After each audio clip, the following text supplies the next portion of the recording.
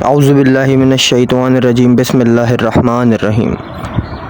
نیکی کچھ یہی تھوڑی ہے کہ نماز میں اپنے منہ پورا پکچم کی طرف کر لو، بلکہ نیکی تو اس کی ہے جو خدا اور روز آخرت اور فرشتوں اور خدا کی کتابوں اور پیغمبروں پر ایمان لائے، اور اس کی الفت میں اپنا مال قرابت داروں اور یتیموں اور محتاجوں اور پردیسیوں اور مانگنے والوں اور لونڈی غلام کے گلو خلاصی میں صرف کرے، اور پابندی سے نماز پڑھے اور زکوٰۃ دیتا رہے، اور جب کوئی عہد کیا تو اپنے قول کے پورے ہیں، اور فکر و فاقہ، رنج و سختی اور کٹھن کے وقت ثابت قدم رہیں۔ یہی لوگ وہ ہیں جو دعوی ایمان میں سچے نکلے، اور یہی لوگ پرہیزگار ہیں۔ اے مومنو، جو لوگ ناحق مار ڈالے جائیں ان کے بدلے میں تم کو جان کے بدلے جان لینے کا حکم دیا جاتا ہے، آزاد کے بدلے آزاد، اور غلام کے بدلے غلام، اور عورت کے بدلے عورت۔ پس جس قاتل کو اس کے ایمانی بھائی طالب قصاص کی طرف سے کچھ معاف کر دیا جاوے تو اسے بھی اسی کے قدم با قدم نیکی کرنا اور خوش معاملگی سے خون بہا ادا کر دینا چاہیے۔ یہ تمہارے پروردگار کی طرف سے آسانی اور مہربانی ہے۔ پھر اس کے بعد جو زیادتی کرے تو اس کے لیے دردناک عذاب ہے۔ اور اے عقل مندو، قصاص کے قواعد مقرر کر دینے میں تمہاری زندگی ہے، اور اسی لیے جاری کیا گیا ہے تاکہ تم خون ریزیوں سے پرہیز کرو۔ مسلمانوں، تم کو حکم دیا جاتا ہے کہ جب تم میں سے کسی کے سامنے موت آ کھڑی ہو، بشرط یہ کہ وہ کچھ مال چھوڑ جائے، تو ماں باپ اور قرابت داروں کے لیے اچھی وصیت کرے جو خدا سے ڈرتے رہیں۔ ان پر یہ ایک حق ہے، پھر جو سن چکا وہ اس کے بعد اسے کچھ کا کچھ کر دے تو اس کا گناہ انہی لوگوں کی گردن پر ہے جو اسے بدل ڈالیں۔ بے شک خدا سب کچھ جانتا اور سنتا ہے۔ ہاں البتہ جو شخص وصیت کرنے والے سے بے جا طرفداری یا بے انصافی کا خوف رکھتا ہو اور ان وارثوں میں صلح کرا دے تو اس پر بدلنے کا کچھ گناہ نہیں ہے۔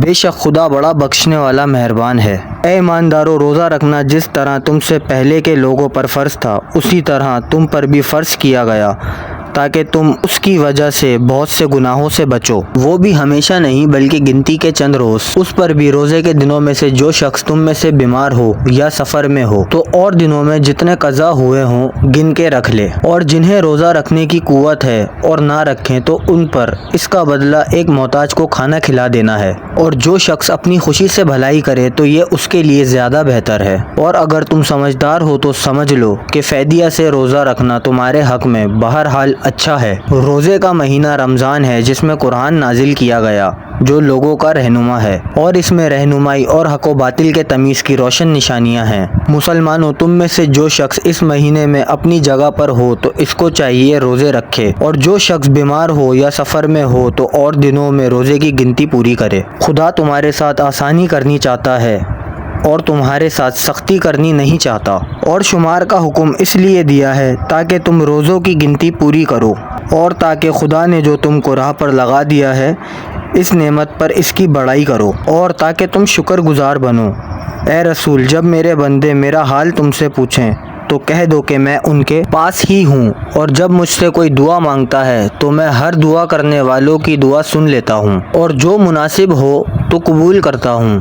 بس انہیں چاہیے کہ میرا ہی کہنا مانیں اور مجھ پر ایمان لائیں تاکہ وہ سیدھی راہ پر آ جائیں۔ مسلمانوں، تمہارے واسطے روزوں کی راتوں میں اپنی بیویوں کے پاس جانا حلال کر دیا گیا۔ عورتیں گویا تمہاری چولی ہیں اور تم گویا ان کے دامن ہو۔ خدا نے دیکھا کہ تم گناہ کر کے اپنا نقصان کرتے تھے کہ آنکھ بچا کے اپنی بیوی کے پاس چلے جاتے تھے، تو اس نے تمہاری توبہ قبول کی اور تمہاری خطا سے درگزرا۔ بس تم اب ان سے ہم بستری کرو، اور اولاد سے جو کچھ خدا نے تمہارے لیے تقدیر میں لکھ دیا ہے اسے مانگو اور کھاؤ اور پیو، یہاں تک کہ صبح کی سفید دھاری رات کی کالی دھاری سے آسمان پر پورب کی طرف تمہیں صاف نظر آنے لگے۔ پھر رات تک روزہ پورا کرو، اور ہاں، جب تم مسجدوں میں اعتکاف کرنے بیٹھو تو ان سے رات کو بھی ہم بستری نہ کرو، یہ خدا کی معین کی ہوئی حدیں ہیں، تو تم ان کے پاس بھی نہ جانا۔ یوں کھلم کھلا خدا اپنے احکام لوگوں کے سامنے بیان کرتا ہے تاکہ وہ لوگ نافرمانی سے بچیں۔